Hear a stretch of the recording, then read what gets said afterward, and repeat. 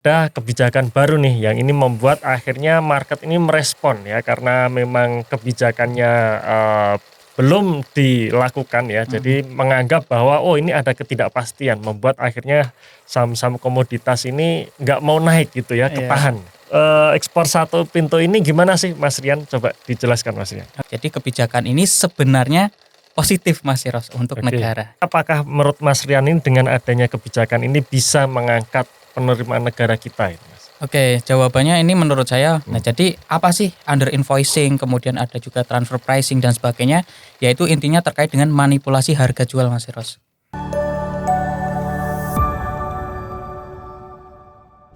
Halo teman-teman investor, ketemu lagi dengan kami ya di sesi The Investor Talk, dan kali ini kita akan membahas salah satu isu yang cukup menarik ya, yaitu mengenai kebijakan ekspor satu pintu ya. Cuman sebelum kita masuk ke pembahasannya, sebelum kita ngobrol-ngobrol mengenai kebijakan ini, silahkan teman-teman bagi yang baru mampir di channel The Investor ini untuk subscribe dulu channel ini ya. Terutama buat kalian-kalian yang memang fokusnya investasi jangka panjang ya. Dan silahkan teman-teman juga download ebook watchlist kami dulu ya, karena kami sudah merilis ebook yang berisi 4 saham big banks ya. Jadi kita semua sepakat ya bahwa tahun ini saham big banks ini semua undervalue. Nah, berapa potensinya, berapa harga wajarnya, semua sudah kita tulis di ebook watchlist 4 big banks yang bisa teman-teman download secara gratis ya. Free, linknya di bawah ini ya. Nah oke, kita langsung masuk saja ya dengan saya ada Mas Rian Yovika ya. Oke, halo Mas Rian, kita ketemu lagi ya. Lama kita nggak ngobrol-ngobrol nih Mas. Ya udah berapa lama ya Mas ya? 1 bulanan lebih ya. Betul. Dan kali ini kita mau ngobrolin sesuatu yang memang lagi cukup disorot ya oleh investor ya, yaitu mengenai kebijakan ekspor satu pintu ya. Karena kita tahu bahwa Indonesia ini mau nggak mau adalah negara ekspor komoditas. Ya, jadi kalau komoditasnya bagus, harga komoditas bagus, ekspornya bagus, ya bisa mempengaruhi pertumbuhan ekonomi juga ya. Dan kali ini ternyata ada kebijakan baru nih yang ini membuat akhirnya market ini merespon ya, karena memang kebijakannya belum dilakukan ya. Jadi menganggap bahwa ini ada ketidakpastian, membuat akhirnya saham-saham komoditas ini nggak mau naik gitu ya, ketahan. Iya, malah turun Mas. Malah turun ya, betul. Iya, karena saya juga merasakan itu. Malah turun, padahal saham-saham komoditas ini menjadi salah satu unggulan kita sebenarnya kan ya. Nah sekarang ekspor satu pintu ini gimana sih Mas Rian? Coba dijelaskan Mas Rian. Oke ya, terkait dengan ekspor satu pintu ini memang sangat ramai ya Mas Eros ya, karena memang membuat harga saham emiten-emiten komoditas strategis ya kemarin mengalami penurunan yang sangat dalam gitu ya. Nah emang apa sih ekspor satu pintu itu? Nah jadi ini tuh kebijakan dari pemerintah, yang mana pemerintah itu pengen terkait dengan ekspor komoditas strategis di Indonesia itu ya lewat satu pintu saja Mas Eros. Nah dan itu nantinya akan diatur sama BUMN ekspor, atau nama PT-nya itu PT Danantara Sumber Daya Indonesia atau DSI. Oke, nah terus kenapa kok pengennya itu satu pintu gitu Mas Eros ya lewat BUMN ekspor ini? Nah karena sebelumnya perusahaan-perusahaan eksportir Indonesia untuk yang komoditas strategis ya mereka ini dibebaskan Mas Eros. Ya jadi dari sisi kontrak penjualan, pengurusan dokumen, kemudian harga jual dan sebagainya. Nah itu mereka dibebaskan Mas Eros.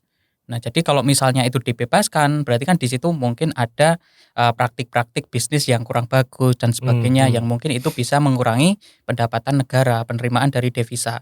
Nah jadi untuk mengurangi hal itu Mas Eros, ya ini dibuat BUMN ekspor ini. Jadi kebijakan ini sebenarnya positif Mas Eros untuk negara gitu.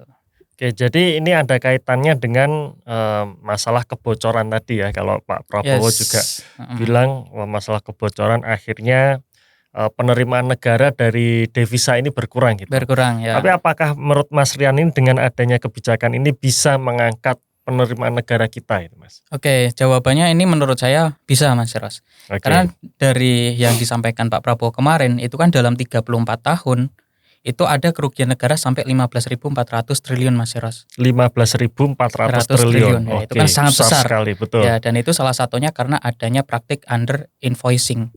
Oke. Nah, jadi ini juga menjadi salah satu alasan kenapa kok ekspor satu pintu ini harus dilakukan, Mas Eros. Nah, jadi apa sih under invoicing, kemudian ada juga transfer pricing dan sebagainya, yaitu intinya terkait dengan manipulasi harga jual, Mas Eros. Oke. Nah, jadi contohnya ya Mas Eros ya, mungkin kita ya dari saya kasih ilustrasi gitu ya. Nah, misalnya sebelumnya Mas Eros ya, ada perusahaan eksportir katakanlah batu bara gitu. Ya. Nah, kalau misalnya dia ngejual volume penjualannya sangat besar, kemudian harga jualnya katakanlah mengikuti harga pasar gitu Mas Ros. Ya. Otomatis kan ya perusahaan ini potensinya kena pajak gede, kena biaya ekspor gede dan sebagainya, ada royalti juga. Ya. Nah, untuk mengurangi risiko itu Mas Ros, beban-beban itu, ya mereka bermain Mas Ros ya.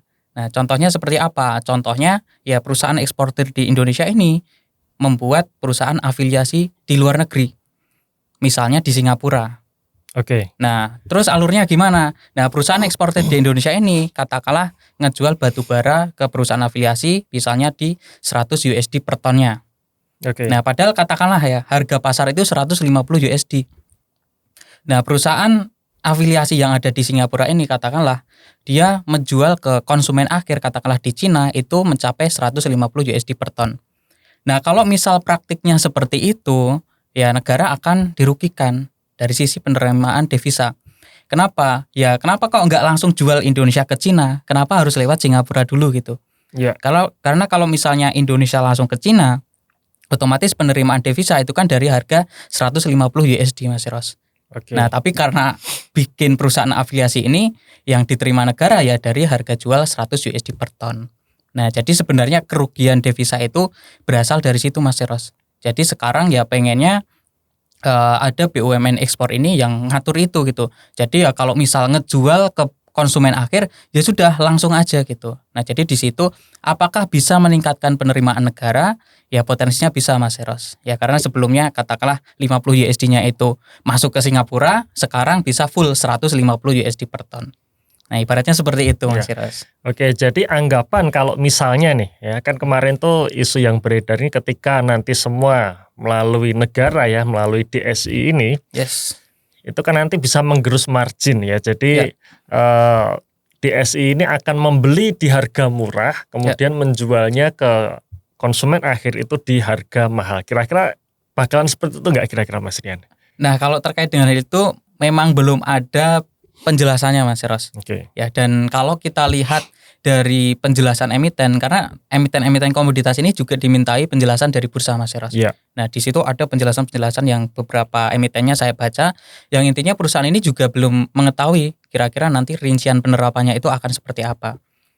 Oke. Nah, cuman kalau misalnya itu beneran terjadi, beli di harga rendah, kemudian nanti dijual di harga yang lebih tinggi, kemudian BUMN ekspor untung, ya memang penerimaan negara bisa lebih bagus.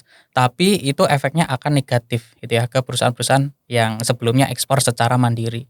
Itu. Cuman ya tadi Mas, jawaban dari saya itu belum bisa dipastikan gitu ya. Karena dari tiap emiten sendiri ditanyai bursa, mereka juga belum bisa menjelaskan ya. Jadi implikasinya seperti apa belum bisa menjelaskan. Oke. Gitu. Dan itulah yang membuat akhirnya market berekspektasi bahwa ini bikin ketidakpastian ya, ketidakpastian regulasinya. Harga sahamnya pada jatuh. Ya, tapi sebenarnya menariknya kalau misalkan kita baca-baca ya, terutama kita ngelihat dari Pak Purbaya sendiri juga bilang bahwa seharusnya dengan adanya DSI ini, emiten-emiten komoditas yang tadinya membukukan penjualan 100 padahal realnya 150 harusnya akan dibuka menjadi 150.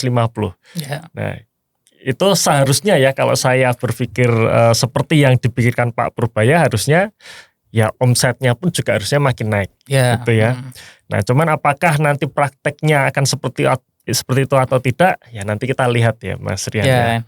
Cuman harapannya sih apa yang disampaikan Pak Purbaya beneran terjadi nih, dan kalau itu beneran terjadi artinya semua dibuka lagi, tidak ada yang ditutup-tutupi, maka seharusnya emiten-emiten yang dia memang fokus ke luar negeri ya, fokus ekspor yang tadinya mungkin dibukukan rugi ya akhirnya seharusnya menjadi untung ya. Seharusnya seperti itu ya. Kita berharap semoga prakteknya benar-benar bagus dan menguntungkan emiten seperti itu ya. Karena memang alurnya itu masih belum jelas Mas Eros. Jadi kira-kira belinya gimana ke perusahaan ekspor, nah itu kira-kira masih belum jelas gitu Mas Eros. Jadi memang harus menunggu ya. Oke. Oke, nah sekarang itu tadi mengenai tujuan. Sebenarnya tujuannya bagus, Ya. istilahnya under invoicing bisa diberantas dan sebagainya. Dan sekarang kita masuk nih, komoditas apa aja nih Mas yang kira-kira bakal kena ini? Ya, oke. Terkait komoditas ini ya komoditas strategis dan Hmm, untuk tahapan yang awal ini Mas Eros ya. Jadi untuk yang awal ini ada 3, yaitu oke. batu bara, kemudian CPO sama paduan besi atau ferroalloy. Oke. Nah, jadi ya ketiga hal ini masih awal gitu ya. Nah, mungkin untuk komoditas lain mungkin bakalan nyusul ya, tapi enggak atau belum bisa dipastikan juga. Karena memang Oke. bilangnya itu untuk tahapan pertama itu Mas Eros. Jadi Ya. ada potensi yang lain mungkin akan kena. Nah, kemudian untuk komoditas strategis ini tuh kira-kira seperti apa gitu ya. Karena kalau kita lihat kan batu bara nggak cuma satu ya Mas Eros. Ya. Maksudnya bukan hanya batu bara termal, tapi juga ada metalurgi. Kemudian paduan besi pun ini apa gitu. Kan mungkin juga banyak yang bertanya-tanya Ya. juga Mas Eros. Paduan besi ini tuh maksudnya gimana gitu. Oke, kita bahas dari batu bara dulu. Nah, kalau batu bara ini secara daftarnya itu ada beberapa Mas Eros ya. Ya salah Oke. satunya ada batu bara untuk bahan bakar. Yang ini ya potensinya masuk ke batu bara termal. Nah, Oke. untuk emitennya apa yang terkait ya mungkin bisa dicek juga ya. Contohnya ya seperti ada ITMG, kemudian PTBA dan sebagainya. Nah, itu mereka batu bara termal. Oke, kemudian ada juga batu bara lainnya Mas Eros ya. Cuman ini belum saya maksudnya belum diketahui ya apakah Hmm, ini batu bara metalurgi atau bukan gitu. Tapi kalau saya coba pelajari potensinya batu bara metalurgi masuk ke klasifikasi ini di batu bara lainnya ini. Oke. Nah, jadi ya potensinya emiten-emiten yang terkait itu juga akan kena efeknya Mas Ros. Tapi efeknya seperti apa ya tadi belum bisa dipastikan ya Ya. karena emitennya sendiri juga nggak tahu gitu kira-kira akan seperti apa. Oke, kemudian kalau CPO ya sama CPO itu Mas Ros ya. Jadi kalau perusahaan ekspor CPO ya mereka pasti akan kena gitu. Oke, kemudian kalau untuk paduan besi. Nah, paduan besi ini emang yang cukup rumit Mas Ros ya. Karena saya Oke. coba cek kemarin-kemarin itu juga ini tuh apa aja sih gitu ya Hmm, untuk klasifikasinya. Nah, tapi untuk paduan besi ini tuh ya intinya dia terkait komoditas yang komoditasnya itu ada paduan dari kadar besinya Mas Eros. Nah, salah satunya apa? Salah satunya itu ada ferronikel. Oke. Nah, ferronikel ini apa? Bukannya ini tuh komoditas nikel gitu ya. Ya. Ya, benar ini komoditas nikel, tapi ferronikel ini kandungan kadarnya nggak hanya nikel Mas Eros, tapi ada juga besinya.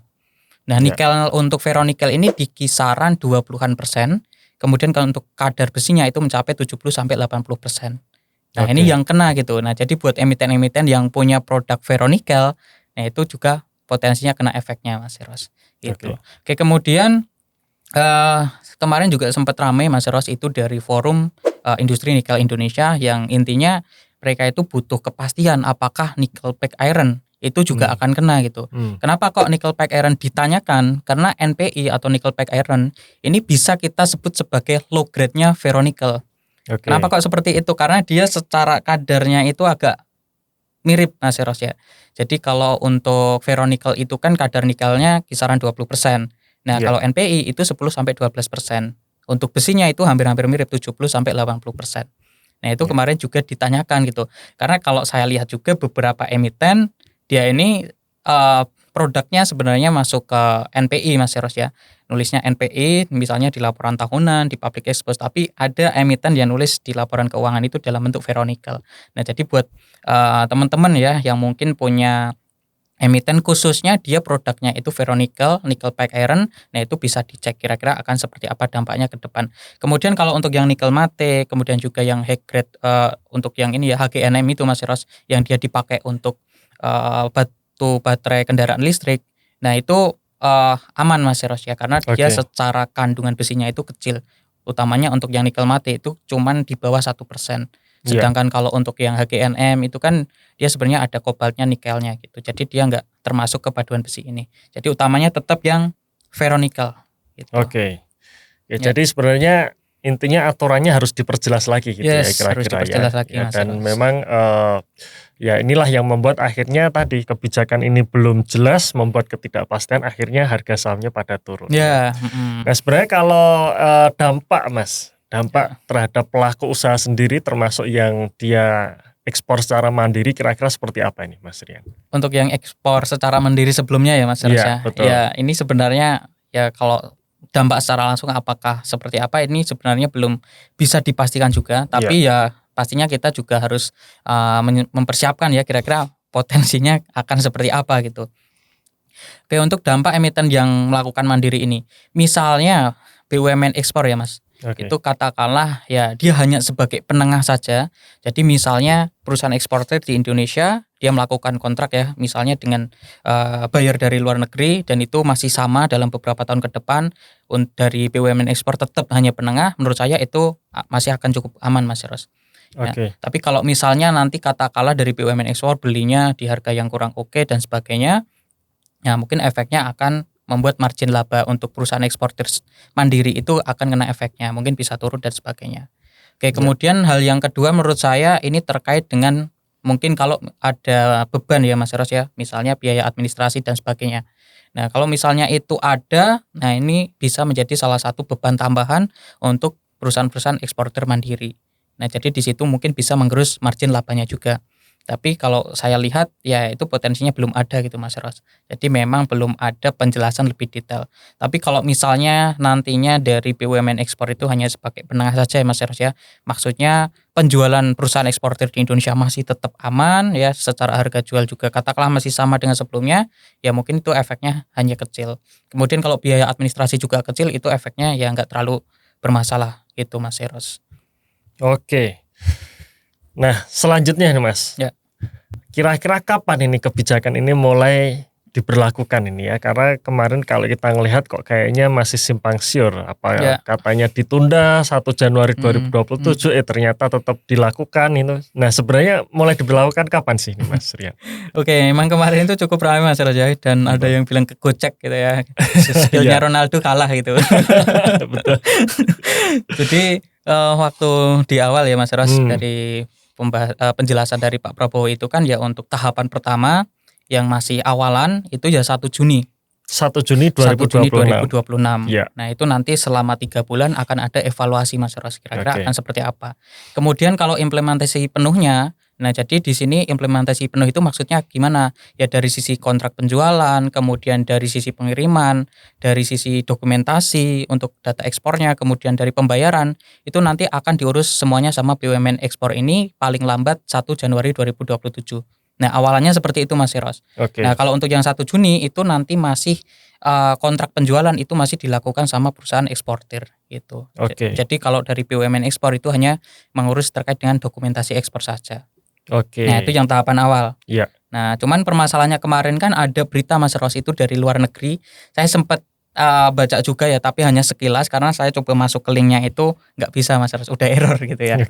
Nah, intinya di berita tersebut bilang kalau untuk implementasi penuhnya itu diundur di 1 Januari 2027. Nah, ini kan agak beda Mas Ros dengan yang di awal tadi. Kalau yang di awal itu kan paling lambat 1 Januari. Iya. 2027, otomatis Desember kan bisa itu diterapkan. Nah, cuman di berita itu ya diundur mulai 1 Januari 2027. Nah, jadi di situ ada perbedaan di situ. Kemudian itu juga dibantah sama Pak Erlangga gitu. Yang intinya untuk implementasinya secara penuh itu paling lambat 1 Januari 2027 gitu. Nah, itu sebelumnya. Kemudian yang paling terbaru lagi itu ada Mas. Intinya ternyata tetap diundur 1 Januari 2027 untuk implementasi secara penuhnya. Tapi kalau untuk tahapan awal itu tetap dilakukan 1 Juni 2026. Jadi emang masih membingungkan ini ya Mas Gian ya. Kita akan lihat ya ke depan nanti seperti apa, karena memang kalau kita lihat bursa saham kita itu secara histori ya, saya sendiri pun juga merasakan bahwa kenaikan harga komoditas itu bisa membuat ekonomi kita juga tumbuh ya, karena memang ekspor kita dimulai dari komoditas ini ya, dan semoga kebijakan yang nanti diambil oleh pemerintah bisa memberikan dampak positif tentunya ya, harapannya tetap positif dan bisa membuat saham-saham komoditas kembali bergairah. Ya. Amin. Oke, mungkin di situ sampai di sini dulu teman-teman sekalian ya. Terima kasih sudah menonton di Investor Talk kali ini. Kita ketemu lagi di sesi berikutnya. Ya, sampai jumpa.